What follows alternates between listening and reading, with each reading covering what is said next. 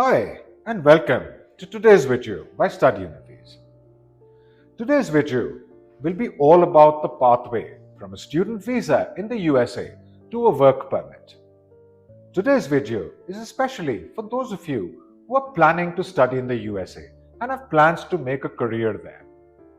Today's video will help you to understand how you can transition from a student visa to a work permit visa. The first step in your pathway from a student visa to a work permit H1-B visa is the OPT. OPT stands for Optional Practical Training. This is mainly for when you finish your studies. After you graduate, you can work full-time on an OPT for 1 year. However, STEM students, that is students who are studying science, technology, engineering and mathematics, can get a 2-year extension. This means that your complete OPT is for 3 years. Most students shift to the H1-B visa or the work permit visa while they are doing their OPTs. For the complete video on OPT, go to the Study Unifees channel and get all the information you need about optional practical training. The H1-B visa or the work permit visa is something that students often apply for while they are doing their OPTs. So first, let's understand the eligibility. The first thing is that you must have a job offer from an American registered company that is also paying taxes in America. Secondly, you must have a specialty occupation. This sounds very complex, but actually it means that you must have a bachelor's degree and nothing greater than that.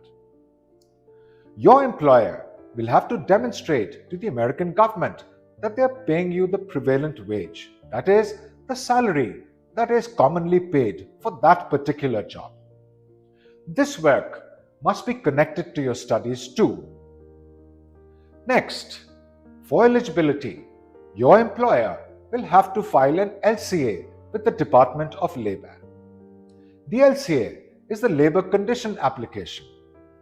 Your employer will file this first with the Department of Labor and then Form I-129 with USCIS.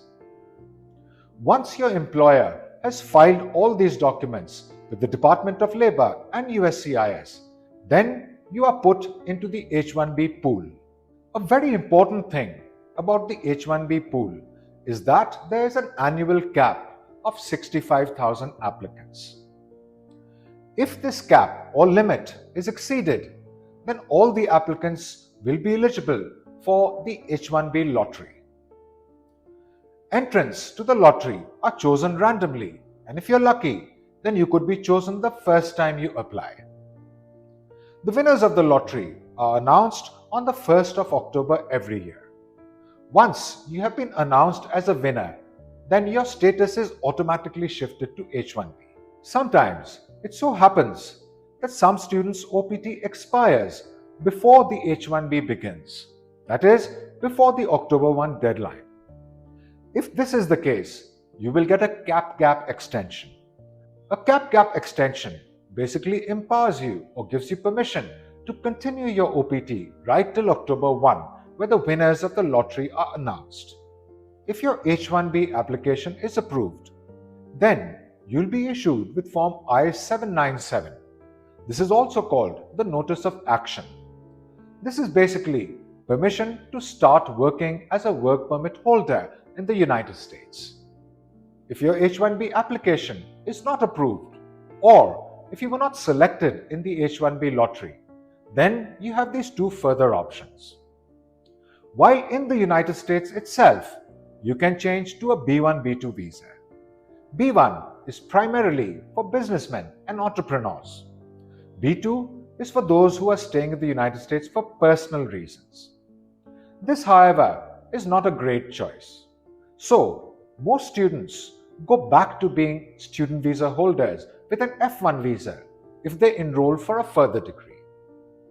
If you have applied for the H1-B visa with a bachelor's degree, you have the option to join a master's degree. If you've applied with a master's degree, you have the option to do a postmaster's qualification, like a PhD. The H1-B work permit visa is for an initial duration of 3 years. However, this can be extended for another 3 years, making the total number of years that you will work on an H1-B visa 6 years. What most students do is file a green card application during these 6 years. That means the green card application, is what we'll be discussing in our next video. So stay tuned to our channel. Thanks for watching today's video. For more insightful videos like this, like and share. If you want to view the next video on how you can switch from a work permit to a green card, subscribe to our channel on YouTube. For a personalized counseling session or a demo class, register at www.studyunifees.io.